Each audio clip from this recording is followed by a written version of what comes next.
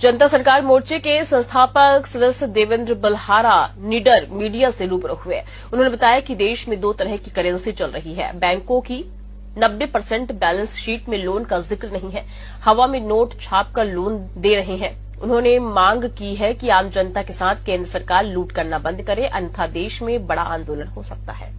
जनता सरकार मोर्चा के संस्थापक देवेंद्र बल्हार निडर ने आरोप लगाया कि केंद्र सरकार और रिजर्व बैंक के नागरिक ठगी का शिकार हो रहे हैं। रिजर्व बैंक के पास भारतीय वैध मुद्रा का लिखित दस्तावेज नहीं है। भारतीय दस्तावेज के अनुसार भारतीय मुद्रा की 1 रुपए की कीमत 777 मिलीग्राम शुद्ध सोना 6300 रुपए के लगभग है। इधर पूरे मध्य प्रदेश के सभी कलेक्टरों से हमारे आवेदनों का जवाब मांगा है। अगर हम गलत होंगे तो हम कर्जदारों का कर्ज हम भरेंगे। आरबीआई से पूछा, गोल्ड तुम कहां जमा करते हो? उनका कहना है कि इंग्लैंड में सिक्योरिटी के रूप में जमा करते हैं। हमारा देश आज भी गुलाम है और देश में बैंकों में लूट चल रही है।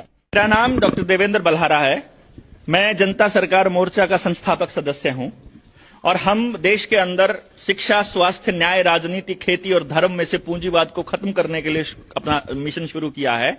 हमारा मेन उद्देश्य जल, जंगल, जमीन, जानवर पर लोकल लोगों का अधिकार दिलवाना है।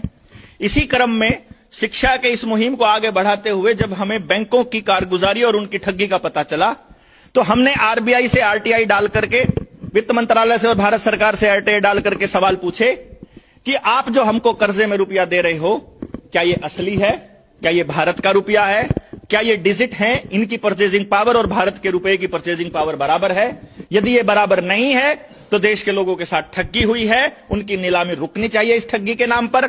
और यदि ये बराबर है तो आप हमें कृपया लिख करके दे दीजिए।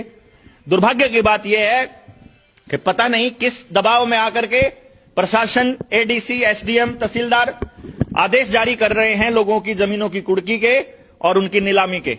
हम आपके जरिए ये संदेश देना चाहते हैं कि जनता सरकार मोर्चा पूरे देश भर में लाखों लोग इकट्ठे हो रहे हैं। किसान की कर्ज मुक्ति का आंदोलन लेकर के चला हुआ है। यदि आप लोगों ने विधि पूर्वक सही से जवाब नहीं दिया तो बड़ा आंदोलन होगा और जितनी सरकारें होंगी सब गिर जाएंगी। उन्होंने मांग की कि आम जनता के साथ केंद्र सरकार लूट करना बंद करे, अन्यथा देश में बड़ा आंदोलन हो सकता है। EMT news, Bhopal.